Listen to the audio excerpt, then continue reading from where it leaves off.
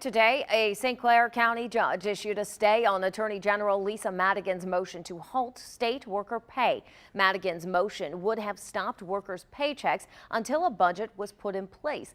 The governor's office fought the motion, saying Madigan was trying to create an artificial crisis. Reactions to the ruling have been pouring in since it was announced this afternoon. Now, News Channel 20's Esther Kwan spoke with state employees today. She has reaction from top lawmakers and is joining us in studio with more. Esther?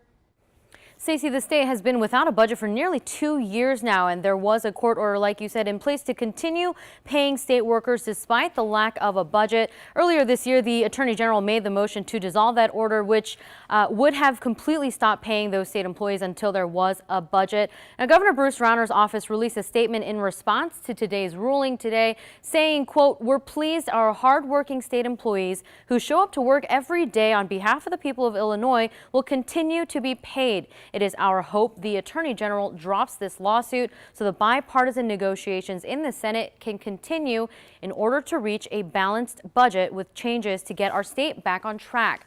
Now, Attorney General Lisa Madigan's office is not backing down after today's ruling. A spokesperson says they will appeal the court's order. In a statement, they said in part, quote, "The Illinois Constitution requires an enacted appropriation for state spending. Under the current injunction, the state has spent over $3 billion in taxpayer money without any transparency or legislative debate as required by law." We spoke with some state employees today who didn't want to go on camera, but a lot of them saying they are relieved to be getting paid, but feel like they're pawns being used in the legislators' games.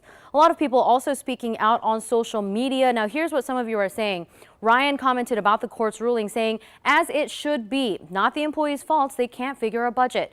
Greg said, "I'm disappointed. This just gives more time to pick off social services one by one rather than create a budget. Shutting down the state would force them to get a deal done. This has gone on long enough." David said, "That's a bit of a relief. I was wondering if I was going to have to look for another job." Now, keep in mind, this is not a done deal. The Attorney General can appeal this decision, and the case could go to the Supreme Court.